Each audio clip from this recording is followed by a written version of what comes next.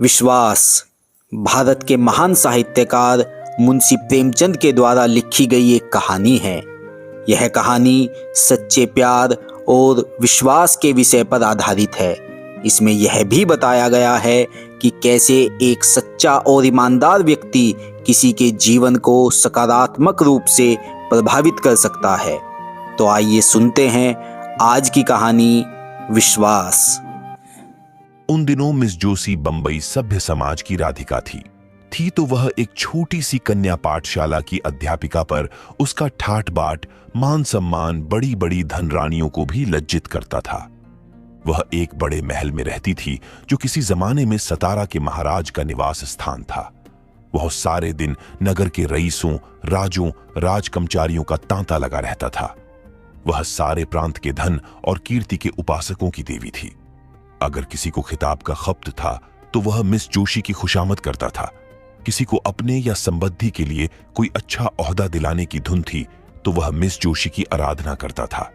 सरकारी इमारतों के ठीके, नमक, शराब, अफीम आदि सरकारी चीजों के ठीके, लोहे, लकड़ी, कलपुर्जे आदि के ठीके सब मिस जोशी ही के हाथों में थे। जो कुछ करती थी वही करती थी, जो कुछ होता था उसी के हाथों होता था। जिस वक्त वह अपनी अरबी घोड़ों की फिटन पर सैर करने निकलती तो रईसों की सवारियां आप ही आप रास्ते से हट जाती थीं। बड़े दुकानदार खड़े हो होकर सलाम करने लगते थे। वह रूपवती थी, लेकिन नगर में उससे बढ़कर रूपवती रमणियां भी थीं। वह सुशिक्षिता थीं, वक्चतुर थी, गाने में निपुण, हंसती तो अनोखी छवि से, बोलती तो निराली घटा से, ताकती तो बांकी चितवन से। लेकिन इन गुणों में उसका एकाधिपत्य न था। उसकी प्रतिष्ठा, शक्ति और कीर्ति का कुछ और ही रहस्य था। सारा नगर ही नहीं, सारे प्रांत का बच्चा जानता था कि बंबई के गवर्नर मिस्टर जौहरी मिस जोशी के बिना दामों के गुलाम है। मिस जोशी की आंखों का इशारा उनके लिए नादिर शाही हुक्म है। वह थिएटरों में, दावतों में, जलसों में मिस जोशी के साथ साए की भौंती रहते हैं और कभी कभी उनकी मोटर रात के सन्नाटे में मिस जोशी के मकान से निकलती हुई लोगों को दिखाई देती है। इस प्रेम में वासना की मात्रा अधिक है या भक्ति की, ये कोई नहीं जानता।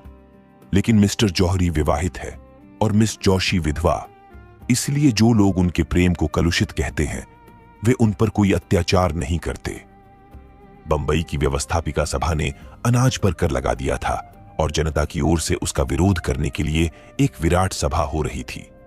सभी नगरों से प्रजा के प्रतिनिधि उसमें सम्मिलित होने के लिए हजारों की संख्या में आए थे। मिस जोशी के विशाला भवन के सामने चौड़े मैदान में हरी भरी घास पर बंबई की जनता अपनी फरियाद सुनाने के लिए जमा थी। अभी तक सभापति न आए थे, इसलिए लोग बैठे गपशप कर रहे थे। कोई कर्मचारी पर आक्षेप करता था, कोई देश की स्थिति पर, कोई अपनी दीनता पर। अगर हम लोगों में अगड़ने का जरा भी सामर्थ्य होता तो मजाल थी कि यह कर लगा दिया जाता, अधिकारियों का घर से बाहर निकलना मुश्किल हो जाता। हमारा जरूरत से ज्यादा सीधापन हमें अधिकारियों के हाथों का खिलौना बनाए हुए है। वे जानते हैं कि इन्हें जितना दबाते जाओ उतना दबते जाएंगे, सिर नहीं उठा सकते। सरकार ने भी उपद्रव की आशंका से सशस्त्र पुलिस बुला ली। उस मैदान के चारों कोनों पर सिपाहियों के दल डेरा डाले पड़े थे। उनके अफसर घोड़ों पर सवार, हाथ में हंटर लिए, जनता के बीच में निशंक भाव से घोड़े दौड़ाते फिरते थे, मानो साफ मैदान है। मिस जोशी के ऊंचे बरामदे में नगर के सभी बड़े बड़े रईस और राज्याधिकारी तमाशा देखने के लिए बैठे हुए थे। मिस जोशी मेहमानों का आदर सत्कार कर रही थीं और मिस्टर जौहरी आराम कुर्सी पर लेटे इस जन समूह को घृणा और भय की दृष्टि से देख रहे थे। सहसा सभापति महाशय आपटे किराए के तांगे पर आते दिखाई दिए। चारों तरफ हलचल मच गई। लोग उठ उठकर उनका स्वागत करने दौड़े और उन्हें लाकर मंच पर बैठा दिया। आपटे की अवस्था 30-35 वर्ष से अधिक न थी। दुबले पतले आदमी थे, मुख पर चिंता का गाढ़ा रंग चढ़ा हुआ था। बाल भी पक चले थे, पर मुख पर सरल हास्य की रेखा झलक रही थी। वह एक सफेद मोटा कुर्ता पहने थे, न पांव में जूते थे, न सिर पर टोपी। इस अद्धरनग्न, दुर्बल, निस्तेज प्राणी में न जाने कौन सा जादू था कि समस्त जनता उसकी पूजा करती थी। उसके पैरों में न जाने कौन सा जादू था कि समस्त जरत उसकी पूजा करती थी, उसके पैरों पर सिर रगड़ती थी। इस एक प्राणी का हाथों में इतनी शक्ति थी कि वह क्षण मात्र में सारी मिलों को बंद करा सकता था, शहर का सारा कारोबार मिटा सकता था। अधिकारियों को उसके भय से नींद न आती थी। रात को सोते सोते चौंक पड़ते थे। उससे ज्यादा भयंकर जंतु अधिकारियों की दृष्टि में दूसरा न था। यह प्रचंड शासन शक्ति उस एक हड्डी के आदमी से थरथर कांपती थी, क्योंकि उस हड्डी में एक पवित्र, निष्कलंक, बलवान और दिव्य आत्मा का निवास था। आपटे ने मंच पर खड़े होकर पहले जनता को शांत चित्त रहने और अहिंसा व्रत पालन करने का आदेश दिया। फिर देश में राजनीतिक स्थिति का वर्णन करने लगे। सहसा उनकी दृष्टि सामने मिस जोशी के बरामदे की ओर गई तो उनका प्रजा दुख पीड़ित हृदय तिलमिला उठा। यहां अगणित प्राणी अपनी विपत्ति की फरियाद सुनने के लिए जमा थे और वहां मेंजों पर चाय और बिस्कुट, मेवे और फल, बर्फ और शराब की रेलपेल थी। वे लोग इन अभागों को देख देख हंसते और तालियां बजाते थे। जीवन में पहली बार आपटे की जबान काबू से बाहर हो गई। मेघ की भांति गरज कर बोले, इधर तो हमारे भाई दाने दाने को मुहताज हो रहे हैं, उधर अनाज पर कर लगाया जा रहा है, केवल इसलिए कि राज कर्मचारियों के हलवे पूरी में कमी न हो। हम जो देश के राजा हैं, जो छाती फाड़कर धरती से धन निकालते हैं, भूखों मरते हैं, और वे लोग जिन्हें हमने अपने सुख और शांति की व्यवस्था करने के लिए रखा है, हमारे स्वामी बने हुए शराबों की बोतलें उड़ाते हैं। कितनी अनोखी बात है कि स्वामी भूखों मरे और सेवक शराबें उड़ाएं, मेवे खाएं और इटली और स्पेन की मिठाइयां चलें। यह किसका अपराध है? क्या सेवकों का? नहीं, कदापि नहीं। हमारा ही अपराध है कि हमने अपने सेवकों को इतना अधिकार दे रखा है। आज हम उच्च स्वर से कह देना चाहते हैं कि हम यह क्रूर और कुटिल व्यवहार नहीं सह सकते। यह हमारे लिए असह्य है कि हम और हमारे बाल बच्चे दानों को तरसें और कर्मचारी लोग विलास में डूबे हुए हमारे करुण क्रंदन की जरा भी परवाह न करत हुए विहार करें। यह असह्य है कि हमारे घरों में चूल्हे न जले और कर्मचारी लोग थिएटरों में ऐश करें, नाच रंग की महफिलें सजाएं, दावतें उड़ाएं, वेश्याओं पर कंचन की वर्षा करें। संसार में और ऐसा कौन ऐसा देश होगा जहां प्रजा तो भूखी मरती हो और प्रधान कर्मचारी अपनी प्रेम क्रीड़ा में मग्न हो, जहां स्त्रियां गलियों में ठोकरें खाती फिरती हों और अध्यापिकाओं का वेश धारण करने वाली वेश्याएं आमोद प्रमोद के नशे में चूर हों। एकाएक सशस्त्र सिपाहियों के दल में हलचल पड़ गई। उनका अफसर हुक्म दे रहा था, सभा भंग कर दो, नेताओं को पकड़ लो, कोई न जाने पाए। यह विद्रोहात्मक व्याख्यान है। मिस्टर जौहरी ने पुलिस के अफसर को इशारे पर बुलाकर कहा, और किसी को गिरफ्तार करने की जरूरत नहीं, आपटे ही को पकड़ो, वही हमारा शत्रु है। पुलिस ने डंडे चलने शुरू किए और कई सिपाहियों के साथ जाकर अफसर ने आपटे का गिरफ्तार कर लिया। जनता ने त्योरियां बदली। अपने प्यारे नेता को यों गिरफ्तार होते देखकर उनका धैर्य हाथ से जाता रहा। लेकिन उसी वक्त आपटे की ललकार सुनाई दी, तुमने अहिंसा व्रत लिया है और अगर किसी ने उस व्रत को तोड़ा तो उसका दोष मेरे सिर होगा। मैं तुमसे सविनय अनुरोध करता हूं कि अपने अपने घर जाऊं। अधिकारियों ने वही किया जो हम समझते थे। इस सभा से हमारा जो उद्देश्य था वह पूरा हो गया। हम यहां बलवा करने नहीं, केवल संसार की नैतिक सहानुभूति प्राप्त करने के लिए जमा हुए थे और हमारा उद्देश्य पूरा हो गया। एक क्षण में सभा भंग हो गई और आपटे पुलिस की हवालात में भेज दिए गए। मिस्टर जौहरी ने कहा, बच्चा बहुत दिनों के बाद पंजे में आए हैं, राजद्रोह का मुकदमा चलाकर कम से कम 10 साल के लिए अंडमान भेजूंगा। मिस जोशी, इससे क्या फायदा? क्यों? उसको अपने किए की सजा मिल जाएगी। लेकिन सोचिए, हमें उसका कितना मूल्य देना पड़ेगा। अभी जिस बात को गिने गिनाए लोग जानते हैं वह सारे संसार में फैलेगी और हम कहीं मुंह दिखाने लायक नहीं रहेंगे। आप अखबारों में संवाददाताओं की जबान तो नहीं बंद कर सकते। कुछ भी हो, मैं इसे झोल में सड़ाना चाहता हूं। कुछ दिनों के लिए तो चैन की नींद नसीब होगी। बदनामी से डरना ही व्यर्थ है। हम प्रांत के सारे समाचार पत्रों को अपने सदाचार का राग अलापने के लिए मोल ले सकते हैं। हम प्रत्येक लांछन को झूठ साबित कर सकते हैं। आपटे पर मिथ्या दोषारोपण का अपराध लगा सकते हैं। मैं इससे सहज उपाय बतला सकती हूं। आप आपटे को मेरे हाथ में छोड़ दीजिए। मैं उससे मिलूंगी और उन यंत्रों से जिनका प्रयोग करने में हमारी जाति सिद्धहस्त है, उसके आंतरिक भावों और विचारों की थाह लेकर आपके सामने रख दूंगी। मैं ऐसे प्रमाण खोज निकालना चाहती हूं जिनके उत्तर में उसे मुंह खोलने का साहस न हो और संसार की सहानुभूति उसके बदले हमारे साथ हो। चारों ओर से यही आवाज आए कि यह कपटी और धूर्त था और सरकर ने उसके साथ वही व्यवहार किया है जो होना चाहिए। मुझे विश्वास है कि वह षड्यंत्रकारियों को मुखिया है और मैं इसे सिद्ध कर देना चाहती हूं। मैं उसे जनता की दृष्टि में देवता नहीं बनाना चाहती हूं, उसको राक्षस के रूप में दिखाना चाहती हूं। ऐसा कोई पुरुष नहीं है जिस पर युवती अपनी मोहिनी न डाल सके। अगर तुम्हें विश्वास है कि तुम यह काम पूरा कर दिखाओगी तो मुझे कोई आपत्ति नहीं है। मैं तो केवल उसे दंड देना चाहता हूं। तो हुक्म दे दीजिए कि वह इसी वक्त छोड़ दिया जाए। जनता कहीं यह तो न समझेगी कि सरकार डर गई। नहीं, मेरे ख्याल में तो जनता पर इस व्यवहार का बहुत अच्छा असर पड़ेगा। लोग समझेंगे कि सरकार ने जनमत का सम्मान किया है। लेकिन तुम्हें उसे घर जाते लोग देखेंगे तो मन में क्या कहेंगे? नकाब डालकर जाऊंगी, किसी को कानों कान खबर न होगी। मुझे तो अब भी भय है कि वह तुम्हें संदेह की दृष्टि से देखेगा और तुम्हारे पंजे में न आएगा, लेकिन तुम्हारी इच्छा है तो आजमा देखो। यह कहकर मिस्टर जौहरी ने मिस जोशी को प्रेममय नेत्रों से देखा, हाथ मिलाया और चले गए।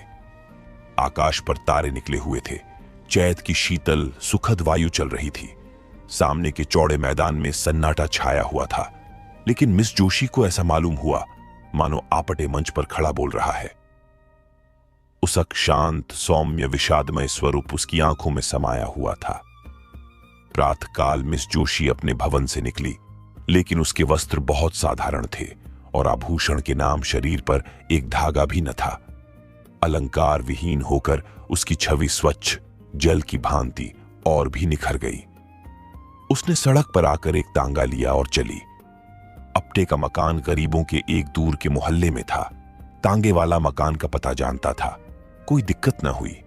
मिस जोशी जब मकान के द्वार पर पहुंची तो न जाने क्यों उसका दिल धड़क रहा था। उसने कांपते हुए हाथों से कुंडी खटखटाई। एक अधेड़ औरत निकलकर द्वार खोल दिए। मिस जोशी उस घर की सादगी देख दंग रह गई। एक किनारे चारपाई पड़ी हुई थी, एक टूटी अलमारी में कुछ किताबें चुनी हुई थीं, फर्श पर खिलने का डेस्क था और एक रस्सी की अलगनी पर कपड़े लटक रहे थे। कमरे के दूसरे हिस्से में एक लोहे का चूल्हा था और खाने के बर्तन पड़े हुए थे।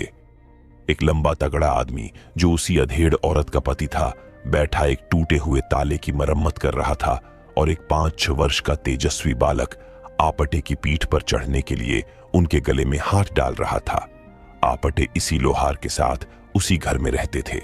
समाचार पत्रों के लेख लिखकर जो कुछ मिलता उसे दे देते और इस भांति गृह प्रबंध की चिंताओं से छुट्टी पाकर जीवन व्यतीत करते थे। मिस जोशी को देखकर आपटे जरा चौंके, फिर खड़े होकर उनका स्वागत किया और सोचने लगे कि कहां बैठा हूं। अपनी दरिद्रता पर आज उन्हें जितनी लाज आई उतनी और कभी ना आई थी।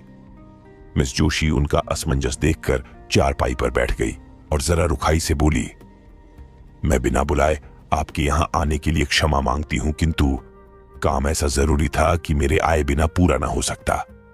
क्या मैं 1 मिनट के लिए आपसे एकांत में मिल सकती हूं? आपटे ने जगन्नाथ की ओर देखकर कमरे से बाहर चले जाने का इशारा किया। उसकी स्त्री भी बाहर चली गई, केवल बालक रह गया। वह मिस जोशी की ओर बार बार उत्सुक आंखों से देखता था, मानो पूछ रहा हो कि तुम आपटे दादा की कौन हो। मिस जोशी ने चारपाई से उतरकर जमीन पर बैठते हुए कहा, आप कुछ अनुमान कर सकते हैं कि इस वक्त क्यों आई हूं? आपटे ने झेंपते हुए कहा, आपकी कृपा के सिवा और क्या कारण हो सकता है? मिस जोशी, नहीं, संसार इतना उदार नहीं हुआ कि आप जिसे गालियां दें वह आपको धन्यवाद दे। आपको याद है कि कल आपने अपने व्याख्यान में मुझ पर क्या क्या आक्षेप किए थे। मैं आपसे जोर देकर कहती हूं कि वे आक्षेप करके आपने मुझ पर घोर अत्याचार किया है। आप जैसे सहृदय, शीलवान, विद्वान आदमी से मुझे ऐसी आशा न थी। मैं अबला हूं, मेरी रक्षा करने वाला कोई नहीं है। क्या आपको उचित था कि एक अबला पर मिथ्यारोपण करें? अगर मैं पुरुष होती तो आपसे ड्यूल खेलने का आग्रह करती। अबला हूं, इसलिए आपकी सज्जनता को स्पर्श करना ही मेरे हाथ में है।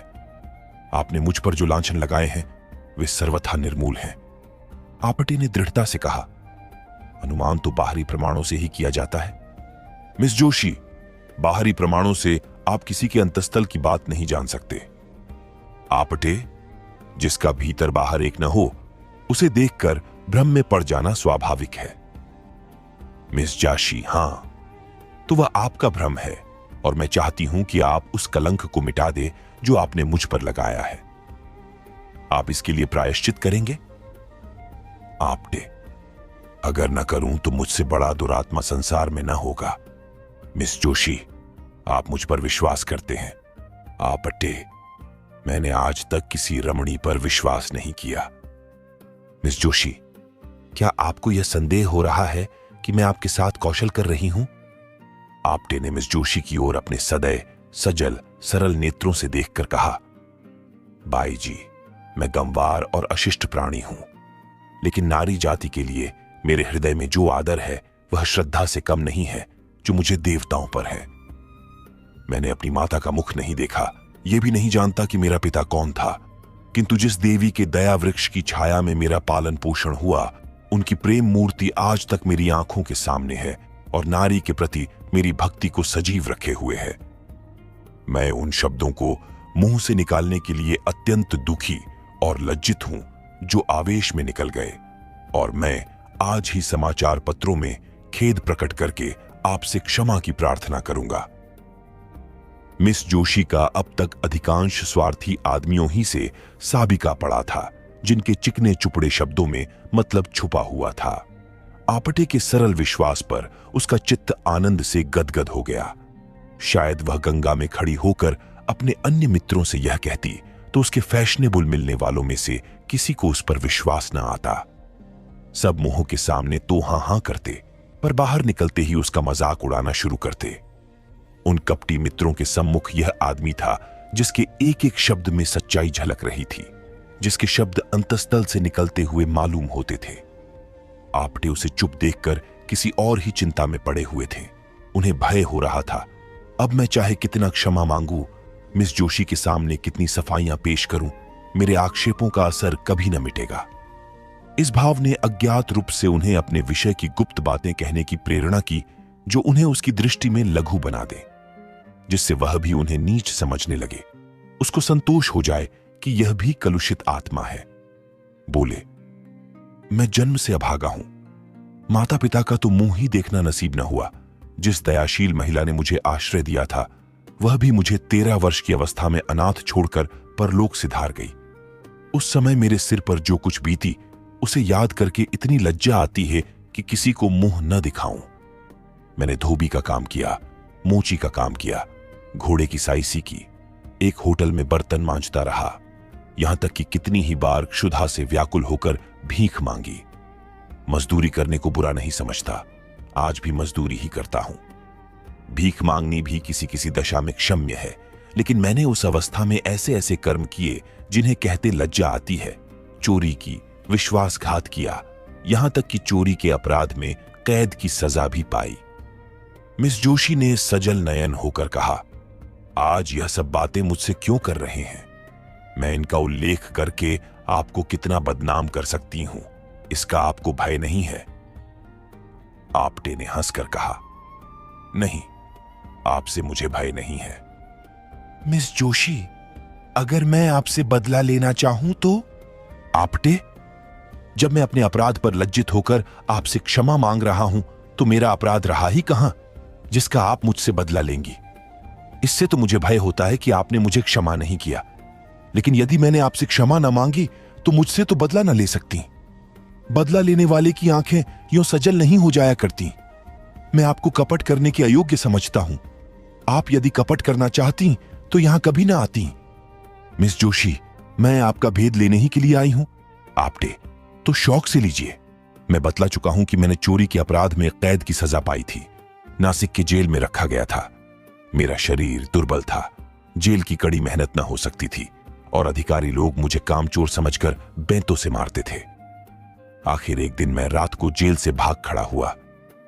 मिस जोशी, आप तो छिपे रुस्तम निकले। आपटे, ऐसा भागा कि किसी को खबर ना हुई। आज तक मेरे नाम वारंट जारी है और 500 रूड का इनाम भी है। मिस जोशी, तब तो मैं आपको जरूर पकड़ा दूंगी। आपटे, तो फिर मैं आपको अपना असल नाम भी बता देता हूं। मेरा नाम दामोदर मोदी है। ये नाम तो पुलिस से बचने के लिए रख छोड़ा है। बालक अब तक तो चुपचाप बैठा हुआ था।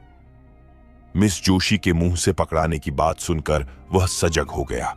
उन्हें डांट कर बोला, हमारे दादा को कौन पकड़ेगा? मिस जोशी, सिपाही और कौन? बालक, हम सिपाही को मारेंगे। यह कहकर वह एक कोने से अपने खेलने वाला डंडा उठा लाया और आपटे के पास वीरोचिता भाव से खड़ा हो गया, मानो सिपाहियों से उनकी रक्षा कर रहा है। मिस जोशी, आपका रक्षक तो बड़ा बहादुर मालूम होता है। आपटे, इसकी भी एक कथा है। साल भर होता है यह लड़का खो गया था, मुझे रास्ते में मिला। मैं पूछता पूछता इसे यहां लाया। उसी दिन से इन लोगों से मेरा इतना प्रेम हो गया कि मैं इनके साथ रहने लगा। मिस जोशी, आप अनुमान कर सकते हैं कि आपका वृतांत सुनकर मैं आपको क्या समझ रही हूं। आपटे, वही जो मैं वास्तव में हूं, नीच, कमीना, धूर्त। मिस जोशी, नहीं, आप मुझ पर फिर अन्याय कर रहे हैं। पहला अन्याय तो क्षमा कर सकती हूं, यह अन्याय क्षमा नहीं कर सकती। इतनी प्रतिकूल दशाओं में पड़कर भी जिसका हृदय इतना पवित्र, इतना निष्कपट, इतना सदय हो, वह आदमी नहीं देवता है। भगवान, आपने मुझ पर जो आक्षेप किए वह सत्य है। मैं आपके अनुमान से कहीं भ्रष्ट हूं। मैं इस योग्य भी नहीं हूं कि आपकी ओर ताक सकूं। आपने अपने हृदय की विशालता दिखाकर मेरा असली स्वरूप मेरे सामने प्रकट कर दिया। मुझे क्षमा कीजिए, मुझ पर दया कीजिए। यह कहते कहते वह उनके पैरों पर गिर पड़ी। आपटे ने उसे उठा लिया और बोले, ईश्वर के लिए मुझे लज्जित न करो। मिस जोशी ने गदगद कंठ से कहा, आप इन दुष्टों के हाथ से मेरा उद्धार कीजिए। मुझे इस योग्य बनाइए कि आपकी विश्वास पात्री बन सकूं। ईश्वर साक्षी है कि मुझे कभी कभी अपनी दशा पर कितना दुख होता है। मैं बार बार चेष्टा करती हूं कि अपनी दशा सुधारूं, इस विलासिता के जाल को तोड़ दूं जो मेरी आत्मा को चारों तरफ से जकड़े हुए है। पर दुर्बल आत्मा अपने निश्चय पर स्थित नहीं रहती। मेरा पालन पोषण जिस ढंग से हुआ, उसका यह परिणाम होना स्वाभाविक सा मालूम होता है। मेरी उच्च शिक्षा ने गृहिणी जीवन से मेरे मन में घृणा पैदा कर दी। मुझे किसी पुरुष के अधीन रहने का विचार अस्वाभाविक जान पूछता था। मैं गृहिणी की जिम्मेदारियों और चिंताओं को अपनी मानसिक स्वाधीनता के लिए विषतुल्य समझती थी। मैं तर्क बुद्धि से अपने स्त्रीत्व को मिटा देना चाहती थी। मैं पुरुषों की भांति स्वतंत्र रहना चाहती थी। क्यों किसी की पामबद होकर रहूं? क्यों अपनी इच्छाओं को किसी व्यक्ति के सांचे में ढालूं? क्यों किसी को यह अधिकार दूं कि तुमने यह क्यों किया, वह क्यों किया? दाम्पत्य मेरी निगाह में तुच्छ वस्तु थी। अपने माता पिता की आलोचना करना मेरे लिए उचित नहीं। ईश्वर उन्हें सद्गति दे, उनकी राय किसी बात पर न मिलती थी। पिता विद्वान थे, माता के लिए काला अक्षर भैंस बराबर था। उनमें रात दिन वाद विवाद होता रहता था। पिताजी ऐसी स्त्री से विवाह हो जाना अपने जीवन का सबसे बड़ा दुर्भाग्य समझते थे। वह यह कहते कभी न थकते थे कि तुम मेरे पांव की बेड़ी बन गई, नहीं तो मैं न जाने कहां उड़कर पहुंचा होता। उनके विचार में सारा दोष माता की अशिक्षा के सिर था। वह अपनी एकमात्र पुत्री को मूर्खा माता से संसर्ग से दूर रखना चाहते थे। माता कभी मुझसे कुछ कहती तो पिताजी उन पर टूट पड़ते। तुमसे कितनी बार कह चुका कि लड़की को डांटो मत, वह स्वयं अपना भला बुरा सोच सकती है। तुम्हारे डांटने से उसके आत्मसम्मान का कितना धक्का लगेगा, ये तुम नहीं जान सकती।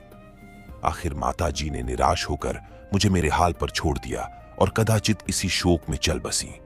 अपने घर की अशांति देखकर मुझे विवाह से और भी घृणा हो गई। सबसे बड़ा असर मुझ पर मेरे कॉलेज की लेडी प्रिंसिपल का हुआ, जो स्वयं अविवाहित थी। मेरा तो अब यह विचार है कि युवकों की शिक्षा का भार केवल आदर्श चरित्रों पर रखना चाहिए। विलास में रथ, कॉलेजों के शौकीन प्रोफेसर विद्यार्थियों पर कोई अच्छा असर नहीं डाल सकते। मैं इस वक्त ऐसी बात आपसे कह रही हूं, पर अभी घर जाकर यह सब भूल जाऊंगी। मैं जिस संसार में हूं उसकी जलवायु ही दूषित है। वहां सभी मुझे कीचड़ में लथपथ देखना चाहते हैं। मेरे विलासासक्त रहने में ही उनका स्वार्थ है। आप वह पहले आदमी हैं जिसने मुझ पर विश्वास किया है, जिसने मुझसे निष्कपट व्यवहार किया है। ईश्वर के लिए अब मुझे भूल ना जाइएगा। आपटे ने मिस जोशी की ओर वेदनापूर्ण दृष्टि से देखकर कहा, अगर मैं आपकी कुछ सेवा कर सकूं तो यह मेरे लिए सौभाग्य की बात होगी। मिस जोशी, हम सब मिट्टी के पुतले हैं, कोई निर्दोष नहीं। मनुष्य बिगड़ता है तो परिस्थितियों से या पूर्व संस्कारों से। परिस्थितियों का त्याग करने से ही बच सकता है। संस्कारों से गिरने वाले मनुष्य का मार्ग इससे कहीं कठिन है। आपकी आत्मा सुंदर और पवित्र है, केवल परिस्थितियों ने उसे कोहरे की भांति ढंक लिया है। अब विवेक का सूर्य उदय हो गया है। ईश्वर ने चाहा तो कोहरा भी फट जाएगा, लेकिन सबसे पहले उन परिस्थितियों का त्याग करने को तैयार हो जाइए। मिस जोशी, यही आपको करना होगा। आपटे ने चुभती हुई निगाहों से देखकर कहा, वैद्य रोगी को जबरदस्ती दवा पिलाता है। मिस जोशी, मैं सब कुछ करूंगी। मैं कड़वी से कड़वी दवा पीऊंगी यदि आप पिलाएंगे। कल आप मेरे घर आने की कृपा करेंगे शाम को? आपटे, अवश्य आऊंगा। मिस जोशी ने विदा देते हुए कहा, भूलिएगा नहीं, मैं आपकी राह देखती रहूंगी। अपने रक्षक को भी लाएगा। यह कहकर उसने बालक को गोद में उठाया और उसे गले से लगाकर बाहर निकल आई। गर्व के मारे उसके पांव जमीन पर न पड़ते थे। मालूम होता था हवा में उड़ी जा रही है। प्यास से तड़पते हुए मनुष्य को नदी का तट नजर आने लगा था। दूसरे दिन प्रातःकाल मिस जोशी ने मेहमानों के नाम दावती कार्ड भेजे और उत्सव मनाने की तैयारियां करने लगी। मिस्टर ऑपटे के सम्मान में पार्टी दी जा रही थी। मिस्टर जौहरी ने कार्ड देखा तो मुस्कुराए। अब महाशय इस जाल से बचकर कहां जाएंगे? मिस जोशी ने उन्हें फंसाने के लिए यह अच्छी तरकीब निकाली। इस काम में निपुण मालूम होती है। मैंने समझा था आपटे चालाक आदमी होगा, मगर इन आंदोलनकारी विद्रोहियों को बकवास करने के सिवा और क्या सूझ सकती है। 4 ही बजे मेहमान लोग आने लगे। नगर के बड़े बड़े अधिकारी, बड़े बड़े व्यापारी, बड़े बड़े विद्वान, समाचार पत्रों के संपादक अपनी अपनी महिलाओं के साथ आने लगे। मिस जोशी ने आज अपने अच्छे से अच्छे वस्त्र और आभूषण निकाले हुए थे। जिधर निकल जाती थी मालूम होता था अरुण प्रकाश की छटा चली आ रही है। भवन में चारों ओर सुगंध की लपटें आ रही थीं और मधुर संगीत की ध्वनि हवा में गूंज रही थी। 5 बजते बजते मिस्टर जौहरी आ पहुंचे और मिस जोशी से हाथ मिलाते हुए मुस्कुराकर बोले, जी चाहता है तुम्हारे हाथ चूम लूं। अब मुझे विश्वास हो गया कि ये महाशय तुम्हारे पंजे से नहीं निकल सकते। मिसेज पेटिट बोली, मिस जोशी दिलों का शिकार करने के लिए ही बनाई गई है। मिस्टर सौराब जी, मैंने सुना है आपटे बिल्कुल गमवार सा आदमी है। मिस्टर भरूचा, किसी यूनिवर्सिटी में शिक्षा ही नहीं पाई, सभ्यता कहां से आती? मिस्टर भरूचा, आज उसे खूब बनाना चाहिए। महंत वीरभद्र दाढ़ी के भीतर से बोले, मैंने सुना है नास्तिक है, वर्णाश्रम धर्म का पालन नहीं करता। मिस जोशी, नास्तिक तो मैं भी हूं, ईश्वर पर मेरा भी विश्वास नहीं है। महंत, आप नास्तिक हो, पर आप कितने ही नास्तिकों को आस्तिक बना देती हैं। मिस्टर जौहरी, आपने लाख की बात की कही मंहत जी। मिसेस भरूचा, क्यों महंत जी, आपको मिस जोशी ही नास्तिक बनाया है क्या? सहसा आपटे लोहार के बालक की उंगली पकड़े हुए भवन में दाखिल हुए। वह पूरे फैशनेबल रईस बने हुए थे। बालक भी किसी रईस का लड़का मालूम होता था। आज आपटे को देखकर लोगों को विदित हुआ कि वह कितना सुदंड सजीला आदमी है। मुख से शौर्य निकल रहा था, पोर पोर से शिष्टता झलकती थी। मालूम होता था वह इसी समाज में पला है। लोग देख रहे थे कि वह कहीं चूके और तालियां बजाएं, कहीं कदम फिसले और कह कहे लगाएं, पर आपटे मंचे हुए खिलाड़ी की भांति जो कदम उठाता था वह सधा हुआ, जो हाथ दिखलाता था वह जमा हुआ। लोग उसे पहले तुच्छ समझते थे, अब उससे ईर्ष्या करने लगे, उस पर फबतियां उड़ानी शुरू की। लेकिन आपटे इस कला में भी एक ही निकला। बात मुंह से निकली और उसने जवाब दिया, पर उसके जवाब में मालिन्य या कटुता का लेश भी न होता था। उसका एक एक शब्द सरल, स्वच्छ, चित्त को प्रसन्न करने वाले भावों में डूबा होता था। मिस जोशी उसकी वाक्य चातुरी पर फूल उठती थी। सौराब जी, आपने किस यूनिवर्सिटी से शिक्षा पाई थी? आपटे, यूनिवर्सिटी में शिक्षा पाई होती तो आज मैं भी शिक्षा विभाग का अध्यक्ष होता। मिसेज भरूचा, मैं तो आपको भयंकर जंतु समझती थी। आपटे ने मुस्कुराकर कहा, आपने मुझे महिलाओं के सामने न देखा होगा। सहसा मिस जोशी अपने सोने के कमरे में गई और अपने सारे वस्त्राभूषण उतार फेंके। उसके मुख से शुभ्र संकल्प का तेज निकल रहा था। नेत्रों से दबी ज्योति प्रस्फुटित हो रही थी। मानो किसी देवता ने उसे वरदान दिया हो। उसने सजे हुए कमरे को घृणा से देखा, अपने आभूषणों को पैरों से ठुकरा दिया और एक मोटी साफ साड़ी पहनकर बाहर निकली। आज प्रातःकाल ही उसने यह साड़ी मंगा ली थी। उसे इस नए वेश में देखकर सब लोग चकित हो गए। काया पलट कैसी? सहसा किसी की आंखों को विश्वास न आया, किंतु मिस्टर जौहरी बगलें बजाने लगे। मिस जोशी ने इसे फंसाने के लिए यह कोई नया स्वांग रचा है। मित्रों, आपको याद है परसों महाशय आप्टे ने मुझे कितनी गालियां दी थीं। यह महाशय खड़े हैं। आज मैं इन्हें उस दुर्व्यवहार का दंड देना चाहती हूं। मैं कल इनके मकान पर जाकर इनके जीवन के सारे गुप्त रहस्यों को जान आई। ये जो जनता की भीड़ गरजते फिरते हैं, मेरे एक ही निशाने पर गिर पड़े। मैं उन रहस्यों के खोलने में अब विलंब न करूंगी। आप लोग अधीर हो रहे होंगे। मैंने जो कुछ देखा वह इतना भयंकर है कि उसका वृतांत सुनकर शायद आप लोगों को मूर्छा आ जाएगी। अब मुझे लेशमात्र भी संदेह नहीं है कि यह महाशय पक्के देशद्रोही है।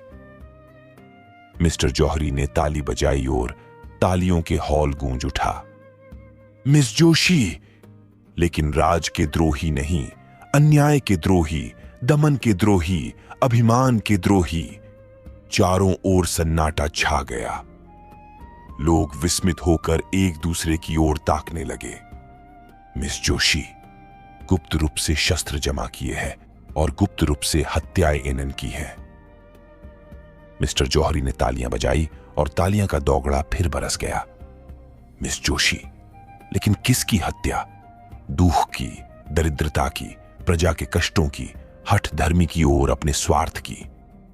चारों ओर फिर सन्नाटा छा गया और लोग चकित हो होकर एक दूसरे की ओर ताकने लगे, मानो उन्हें अपने कानों पर विश्वास नहीं है। मिस जोशी, महाराज आप्टे ने डकैतियां की ओर कर रहे हैं।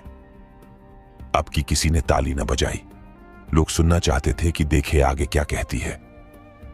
उन्होंने मुझ पर भी हाथ साफ किया है, मेरा सब कुछ अपहरण कर लिया है, यहां तक कि अब मैं निराधार हूं और उनके चरणों के सिवा मेरे लिए कोई आश्रय नहीं है। प्राणधार, इस अबला को अपने चरणों में स्थान दो, उसे डूबने से बचाओ।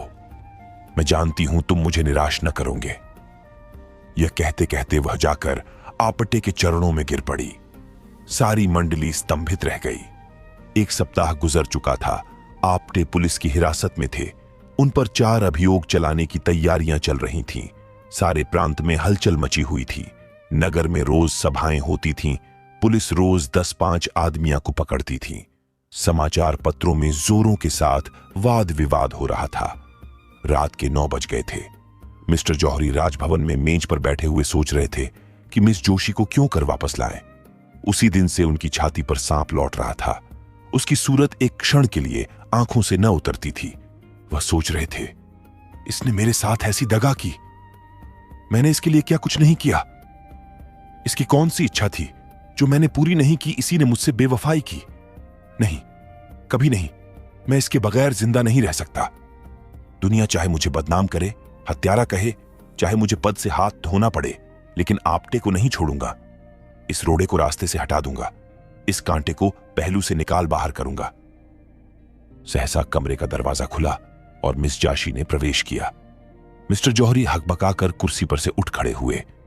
यह सोच रहे थे कि शायद मिस जोशी ने निराश होकर मेरे पास आई हैं।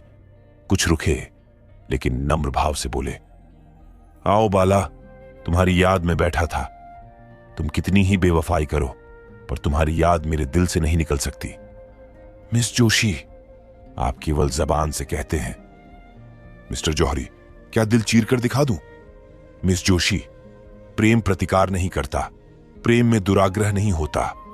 आप मरे खून के प्यासे हो रहे हैं, उस पर भी आप कहते हैं मैं तुम्हारी याद करता हूं। आपने मेरे स्वामी को हिरासत में डाल रखा है, यह प्रेम है। आखिर आप मुझसे क्या चाहते हैं? अगर आप समझ रहे हो कि इन सख्तियों से डरकर मैं आपकी शरण आ जाऊंगी, तो आपका भ्रम है। आपको अख्तियार है कि आपटे को काले पानी भेज दें, फांसी चढ़ा दें, लेकिन इसका मुंह पर कोई असर न होगा। वह मेरे स्वामी है, मैं उनको अपना स्वामी समझती हूं। उन्होंने अपनी विशाल उदारता से मेरा उद्धार किया। आप मुझे विषय के फंदों में फंसाते थे, मेरी आत्मा को कलुषित करते थे। कभी आपको यह ख्याल आया कि इसकी आत्मा पर क्या बीत रही होगी। आप मुझे आत्मशून्य समझते थे। इस देव पुरुष ने अपनी निर्मल स्वच्छ आत्मा के आकर्षण से मुझे पहली ही मुलाकात में खींच लिया। मैं उसकी हो गई और मरते दम तक उसी की रहूंगी। उस मार्ग से अब आप हटा नहीं सकते। मुझे एक सच्ची आत्मा की जरूरत थी, वह मुझे मिल गई। उसे पाकर अब तीनों लोक की संपदा मेरी आंखों में तुच्छ है। मैं उनके वियोग में चाहे प्राण दे दूं, पर आपके काम नहीं आ सकती। मिस्टर जौहरी, मिस जोशी, प्रेम उदार नहीं होता, क्षमाशील नहीं होता। मेरे लिए तुम सर्वस्व हो जब तक मैं समझता हूं कि तुम मेरी हो। अगर तुम मेरी नहीं हो सकती तो मुझे इसकी क्या चिंता हो सकती है कि तुम किस दिशा में हो। मिस जोशी, यह आपका अंतिम निर्णय है? मिस्टर जौहरी, अगर मैं कह दूं कि हां तो? मिस जोशी ने सीने से पिस्तौल निकालकर कहा, तो पहले आपकी लाश जमीन पर फड़कती होगी और आपके बाद मेरी। बोलिए, यह आपका अंतिम निर्णय निश्चय है? यह कहकर मिस जोशी ने जौहरी की तरफ पिस्तौल सीधा किया। जौहरी कुर्सी से उठ खड़े हुए और मुस्कर बोले, क्या तुम मेरे लिए कभी इतना साहस कर सकती थी? जाओ, तुम्हारा आपटे तुम्हें मुबारक हो। उस पर से अभियोग उठा लिया जाएगा। पवित्र प्रेम ही में यह साहस है। अब मुझे विश्वास हो गया कि तुम्हारा प्रेम पवित्र है। अगर कोई पुराना पापी भविष्यवाणी कर सकता है तो मैं कहता हूं, वह दिन दूर नहीं है जब तुम इस भवन की स्वामिनी होगी। आपटे ने मुझे प्रेम के क्षेत्र में नहीं, राजनीति के क्षेत्र में भी परास्त कर दिया। सच्चा आदमी एक मुलाकात में ही जीवन बदल सकता है, आत्मा को जगा सकता है और अज्ञान को मिटाकर प्रकाश की ज्योति फैला सकता है। यह आज सिद्ध हो गया।